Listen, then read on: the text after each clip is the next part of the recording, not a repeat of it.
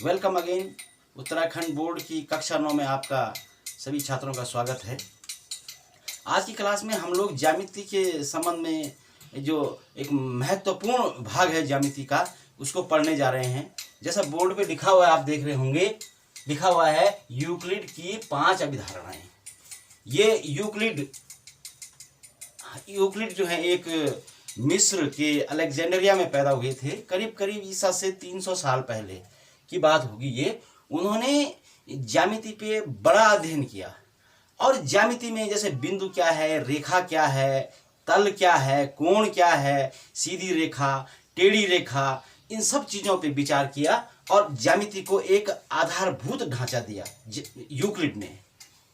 तो और इनके जो है कि ज्यामिति का इनको पिता कहा जाता है, फादर ऑफ ज्योमेट्री यूक्लिड को बोला जाता है। इन्होंने ज्यामिति के लिए अपनी 5 अभिधारणाएं दी हैं जो ज्यामिति के बेस हैं, आधार हैं, जो ज्यामिति के जो बेस आधार हैं। 5 अभिधारणाओं को अंग्रेजी में पोस्टुलेट बोलते हैं यहाँ पे। तो उनकी जो 5 अभिधारणाएं हैं, हम उनको यहाँ पे पढ़ेंगे आज लोग। आप बोर्ड पे देखिए, हमने 5 अभिधारणाएं लिख दी हैं। अभिधारणा 1, 2, 3, 4 और 5, माने ये ज्यामिति के 5 मूलभूत नियम हैं। 5 मूल नियम है ज्यामिति के। तो अब देखिए, हम पॉइंट वाइज इसको डिस्कस करेंगे और समझेंगे यहाँ पे कि पहली अभिधारणा में लिखिए, आप लोग यहाँ पे देखिए। अभिधारणा 1 में यूक्लिड ने कहा है कि एक बिंदु से अन्य बिंदु तक केवल एक ही रेखा खींची जा सकती है। देखिए, जब भी मैं रेखा बोलूं, आप सीधी रेखा से उसका मतलब लगाना। रेखा मीन्स सीधी रेखा, और रेखा बोल रहा हूं तो रेखा का मतलब रेखा खंड भी समझना आप। एक बिंदु से अन्य बिंदु तक केवल एक सीधी रेखा खींची जा सकती है, ये उनका कहने का मतलब है। आप लोग इसको बड़े आराम से समझ रहे हैं। तो यूक्लिड ने क्या अपने मन में सोचा होगा, क्या धारणा बनाई होगी। उन्होंने जो है एक बिंदु ये लिया इस तरह से, और एक बिंदु ये लिया। अब आपको पता है कि एक बिंदु से होकर जाने वाली हम बहुत सारी रेखाएं खींच सकते हैं। इस बिंदु से होकर जाने वाली है ये माने एक बिंदु से हम अनंत रेखाएं खींच सकते हैं। इसी प्रकार हम दूसरे बिंदु से भी अनंत रेखाएं खींच सकते हैं। ये जा रही हैं इसी बिंदु से, सब रेखाएं यहीं से जा रही हैं। इस बिंदु से भी बहुत सारी रेखाएं चली गई हैं। ये बिंदु ए है मान लिया, और ये बिंदु बी है।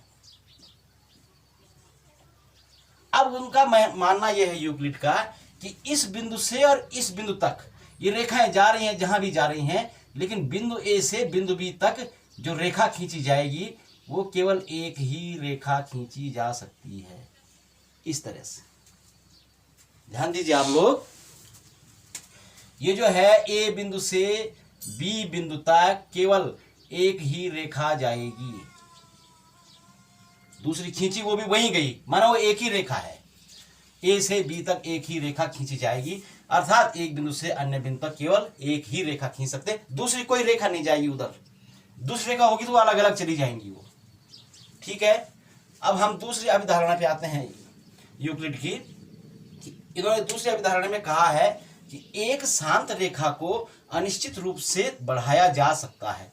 शांत रेखा का मतलब है टर्मिनेटेड लाइन, जो खत्म होती है शुरू में भी और लास्ट में। रेखा मीन्स रेखाखंड, जैसे मैं पहले भी कहा है रेखाखंड। तो देखिए, इसको समझते हैं क्या कहना चाहता है यूक्लिड यहाँ पे कि एक शांत रेखा है।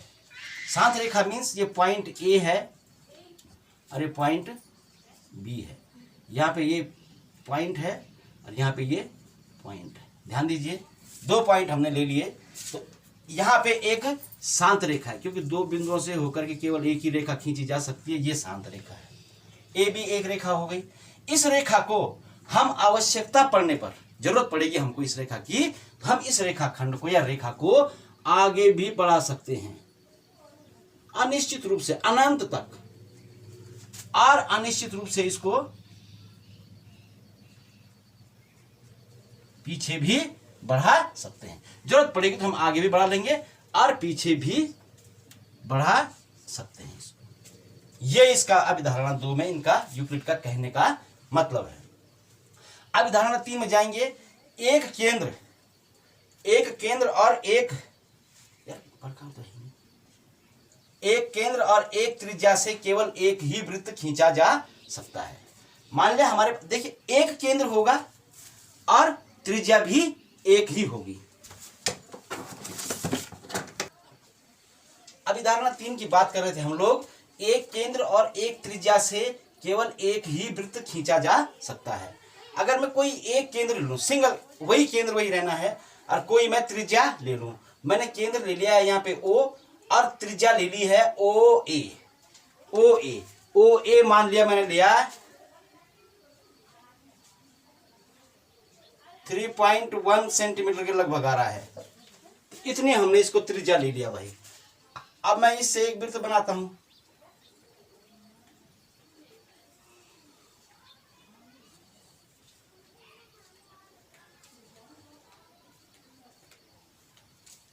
इस तरह से हमारा एक वृत्त बनेगा, यहां पे बन गया। अब फिर बोल रहा हो कि फिर मैं वही केंद्र लेता हूं, तो फिर मैंने वही केंद्र ले दिया और फिर वही त्रिज्या ले रहा हूं। देखो 3.1 की त्रिज्या, फिर वही त्रिज्या ले ली मैंने। अब फिर इससे दोबारा वृत्त खींचता हूं। अलग जगह पे नहीं खींचना, केंद्र वही रखना है। केंद्र वही रखूंगा तो फिर मैं अगर वृत्त खींचूंगा तो फिर वही वृत्त हमारे पास में बन गया है। इस तरह से आप देखेंगे कि अगर मैं केंद्र को बदल नहीं रहा हूं, त्रिज्या को बदल नहीं रहा हूं, तो वही वृत्त बनेगा, माने एक ही वृत्त बनेगा, अलग से नहीं बनेगा।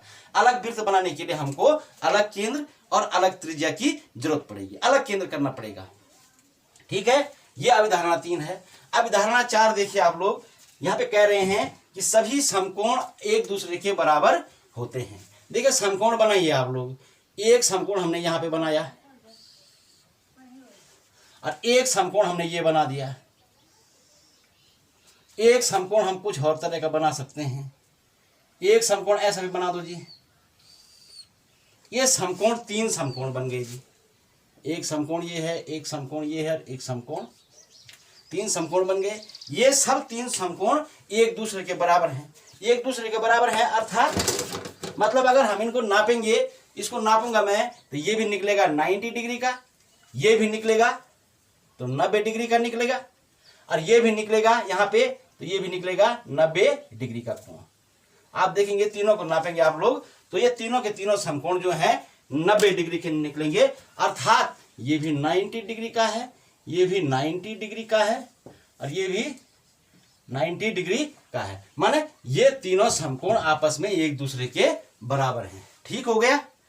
अब 5वीं और महत्वपूर्ण अभिधारणा जो कि हमारे एग्जाम के पॉइंट ऑफ द व्यू से भी इंपॉर्टेंट है, परीक्षाओं में बार बार पूछा जाता है और बहुत समय तक इसको लोगों ने प्रमेय समझा था। लोग गणितज्ञ इसको सिद्ध करने में लगे रहे लेकिन सिद्ध हुआ नहीं। अभिधारणा वो है जो सिद्ध नहीं होती है, स्वयं सिद्ध होती है। तो ये अभिधारणा 5 में यूक्लिड कहते हैं यदि एक सीधी रेखा हो और वो 2 सीधी रेखाओं पर गिरती है, एक सीधी रेखा हो 2 सीधी रेखाओं पर गिरती है, तो 2 रेखाएं मतलब जो दो रेखाओं का जोड़ा है उस तरफ बढ़ाने पर आपस में मिलेगा जिस ओर के अंतः कोणों का योग 2 समकोण या 180 डिग्री से कम होगा। अर्थात 2 रेखाओं को कोई एक तिरछी रेखा आकर के काट रही है। देखिए आप लोग, ये 2 रेखाएं ले ली हमने। मान लिया एक रेखा ये है भाई, ये रेखा ले ली हमने ए बी, और ये रेखा ले लिया हमने, एक रेखा और ले लिया साहब, ये ले ली हमने, ज्यादा हो गई, ये भी सीधी रेखा है, ये ले ली हमने सी और डी। 2 रेखाएं सीधी रेखाएं हैं, उन पर एक सीधी रेखा गिर रही है, उन पर कोई एक सीधी रेखा गिर रही है। देखिए आप लोग इस तरह से एक सीधी रेखा है, दूसरी इस रेखा को मान ले मैंने कह दिया एल रेखा है, ये सीधी रेखा गिर रही है। तो ये दोनों रेखाएं जो नीचे वाली हैं ए बी और सी डी किस ओर जा करके मिलेंगे। आप लोग देख रहे हैं इधर कि जिधर झुकाव होगा ज्यादा, लेकिन कभी कभी झुकाव इधर इतना कम होता है कि हमको पता नहीं चलता, तो हमको उनके अंदर के कोण नापेंगे। यहाँ पे 4 अंतः कोण बन रहे हैं। एक तरफ के अंतः कोण देख रहे हैं आप लोग, एक तरफ के अंतः कोण ये हैं और एक तरफ के अंतः कोण दूसरे हैं। तो इन दो रेखाओं ने ए बी और सी डी ने उधर जाके मिलना है जिधर के अंतःकोणों का योग दो समकोण यानी 180 डिग्री से कम होगा। जिधर का जो है ये इधर इधर मेरे को लग रहा है इधर के कोण नापेंगे हम दोनों को। इन दोनों ये अंतः कोण हैं, लाल वाले जो कोण हैं ये 180 डिग्री से कम है। इसका मतलब इधर को इसने मिलना है, उधर को नहीं मिलना, वो 180 से अधिक है। ध्यान दीजिए यहाँ पर लोग, इसी अभिधारणा का प्रयोग कहाँ पे करते हैं? समांतर रेखाओं वाले प्रमेय में हम इसका प्रयोग कर सकते हैं। अब कभी कभी क्या होगा, मान लिया सपोज, ध्यान दीजिए इसको, हाँ, अब मान लिया सपोज कि दो रेखाएं हैं, समांतर रेखाओं के लिए इसका प्रयोग कैसे करेंगे? दो रेखाएं हैं, अब मान लिया इसको जो है तीसरी रेखा आकर के काट रही है।